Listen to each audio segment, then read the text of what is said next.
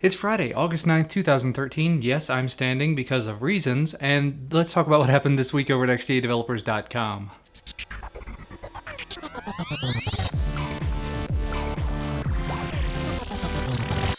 In all reality, I'm standing because I'm at this moment packing for XDA DevCon. I leave early in the morning, so I've got to get this done, so let's try to make this quick. First up, we've talked about Chromecast a lot of times over the last few weeks. Well, another story popped up on the portal talking about it. Specifically, if you run the Chromecast extension, or I think they're calling it Google Cast now inside of Chrome, if you go into the options page, look into the source code for that page, and change it on the fly to display some extra sections that aren't visible by default. Yes, there are some secret developer options hidden in the code, not terribly well, so really they're not hidden all that well. In Chrome, just hit F12 and look for something that says display none.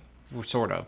For more information about this, XDA forum member Umber936 has put together a guide thread for how to get you from point A to point B to get all of these developer options for Chromecast enabled. And essentially what they do, they allow you to fine-tune the sort of transmission rate that you have for Chromecast, the frames per second, and they've got a bunch of debugging options set up in there as well. So if you've been sending stuff from your browser to Chromecast and you don't like the quality, either it's too high or too low, too choppy, too smooth and pretty, I don't know, then you might want to take a look at it this way. Personally, I've been spending most of the time just pushing content from my phone to it, and by that I mean using YouTube or Netflix to push content from the phone to that, not actually pushing local content because Koosh hasn't released anything yet. Moving right along, you may have seen earlier this week we talked about Shield. Well, in the open source type side of things, Nvidia went ahead this week and released some open source materials as well as factory images for the Shield. So while they may not be 100% open about every single thing, they did make it a whole lot easier for developers to get started working on this. I talked about it a lot in the video earlier this week, so do make sure to check that video out and all the videos that I linked to in it because they're my videos, and you should watch my videos. Now moving on to some not so fun, not so open news. You may or may not be familiar with this name. Jean-Baptiste Querou was being the optimal term here, the head of the Android open source project. Up until this week. Apparently over the last few weeks he's been putting out some sort of cryptic tweets and some cryptic messages on Google+, saying that he wasn't particularly happy with the job that he's doing, he wasn't particularly happy working on something extraordinarily hard for a long time and then having it ripped out of his hands at the last minute. And what it came down to is there were some legal issues releasing images for Qualcomm-based devices, specifically the brand new, just released Nexus 7. Which means if you go look for images for the Nexus 7 now, as far as I know, latest news that I've seen, you cannot find images for the Nexus 7 from AOSP. There's a graphic from one of the other Android sites that shows off all of the previous Nexus devices, and all of the ones that have had problems have been Qualcomm, which is a real shame. So while JBQ didn't come right out and say, Qualcomm made me quit, Qualcomm is the reason that I'm quitting, a lot of people have inferred that, and actually there are people that are submitting petitions to change.org.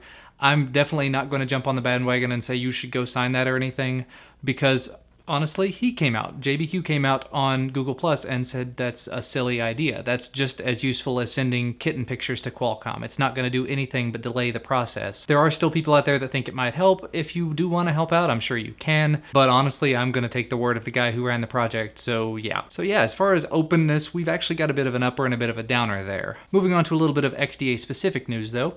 If you remember, a while back we talked about Cruiser Light partnering up with XDA to release XDA-specific merchandise. Well, they've taken it one or two steps further. There are now cases available for the Samsung Galaxy S4, as well as there being a brand new XDA developer storefront through Cruiser Light. So if you go to store.xdadevelopers.com, you can hit that page and get all of your favorite XDA developer stuff. And additionally, the XDA Development Database has officially entered its Stage 2. It opened up earlier on with some very limited amount of devices, with some very limited development, having a full-fledged database for just a small segment of devices. Well, a few more have been added, and just to sort of list those off for you, and yes, I'm lifting this tablet so I can read it, the Samsung Galaxy S4, the International Sprint, Verizon, T-Mobile, and AT&T, as well as those same devices for the Galaxy S3, the HTC One, International, Sprint, T-Mobile, AT&T, the Xperia Tablet Z, and the Nexus 10 are now in the development database. So basically all of the development that has been done through XDA on the device can now be found through this centralized database. And actually the previously released ones are in here as well. The Samsung Galaxy S2 International, Xperia Z, Galaxy Note 2 International, Droid DNA, Nexus 4, and Nexus 7. So the list of devices is growing. Probably not as quick as a lot of people would like, but it's growing little by little. And the last thing to mention, of course, there were 3 other videos posted to XDA Developer TV this week. The first one was an Android Basics video coming out of Kevin talking about the Linux kernel and what you need to know about it, how to understand how it works and everything. Following that up was another video from me about the Nvidia Shield. We talked about that one earlier, so let's move on and you just go watch it and yeah, watch my videos again. And finally, TK did another Android app review with C Locker and C Widget, some different widgets and different lock screens for your Android device, because you know we all love that customization on Android. But anyway, that's going to be about all from me for today. Sorry again for this weird change of scenery, but I've got to get my bags packed up so I can get out of here first thing in the morning. As always, make sure to like this video if you like this video. There's a big old thumb down below you can hit, and subscribe, the big red subscribe button down below, if you want to receive our content as soon as it becomes available. Again, thank you so much for watching, and I will see you in Miami if you decide to come, and otherwise on Monday-ish.